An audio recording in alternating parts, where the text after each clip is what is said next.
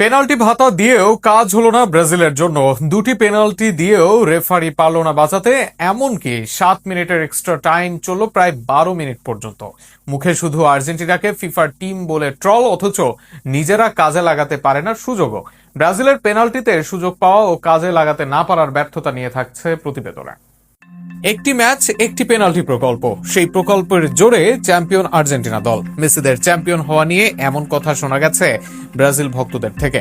অনেকে বলেন 2022 বিশ্বকাপ আগে থেকে ছিল সাজানো। মেসিকে পেনাল্টি দিয়ে সেখানে জয় করা হয়েছিল বিশ্বকাপ, যেখানে ঘটনায় যাই হোক বরাদ্দ ছিল এক পেনাল্টি। তবে এবার ব্রাজিলের জন্য এক ম্যাচের জোড়া পেনাল্টি বরাদ্দ দিয়েও হলো না লাভ। এক ম্যাচে দুইবার পেনাল্টি পেয়েও জয় পেল না সেলেসাওরা। উল্টো র্যাঙ্কিং এ 15 ধাপ পেছনে থাকা দলের বিপক্ষে হেরে যায় তারা, বিদায় নেয় বিশ্বকাপ থেকে।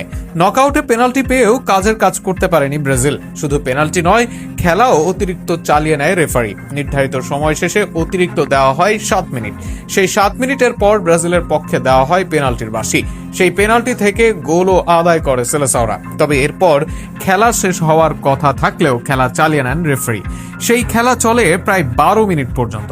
তবে কিছুতেই উপায় মেলে না ব্রাজিলের। এ যেন মুখে খাবার তুলে দেওয়া হলেও বমি করে ফেলে দিল সেলেসাও খেলোয়াড়রা। বছরের পর বছর ধরে আর্জেন্টিনাকে ফিফার দল, পেনাল্টির দল কিংবা রেফারির সাহায্যে যেতে এমন অভিযোগ তুলে এসেছে প্রতিপক্ষের সমর্থকদের একটি অংশ। কিন্তু যখন একই ম্যাচে ব্রাজিল দুটি পেনাল্টি পেল, তখন সেই সুযোগ কাজে লাগিয়ে ম্যাচ নিজেদের করে নেওয়ার দায়িত্ব ছিল তাদেরই। তবে তাদেরকে সুযোগ দিলেও নিতে পারে না তারা, উল্টো অভিযোগ করে অন্যের নামে। রেফারি সুযোগ তৈরি করে দিতে পারেন, কিন্তু গোল করে দিতে পারেন না। মাঠের শেষ পর্যন্ত পার্থক্য করে দেন ফুটবলাররাই। সেই কাজেই দক্ষ আর্জেন্টাইন ফুটবলাররা, যারা এতদিন বলতেন পেনাল্টি পেলেই কাপ জেতা যায়, তাদের জন্য এই ম্যাচ একটা বাস্তব শিক্ষা। কারণ দুটি পেনাল্টি পেয়েও বিশ্বকাপ থেকে বিদায় নিতে হয়েছে ব্রাজিলকে। তাহলে সমস্যা কোথায়? রেফারিতে নাকি নিজেদের খেলায়? র্যাঙ্কিং এ অনেক পিছিয়ে থাকা প্রতিপক্ষের বিপক্ষেও যখন দুটি পেনাল্টি, বাড়তি সময় এবং একের পর এক সুযোগ পেয়েও জয় আসে না, তখন আর অজুহাত চলে না। তখন স্বীকার করতেই হয় সমস্যা বাইরে নয়, নিজেদের মধ্যেই। একই সাথে পেনাল্টি পেলেই শুধু জয় করা যায় না, বিশ্বকাপ থাকতে হয় যোগ্যতা।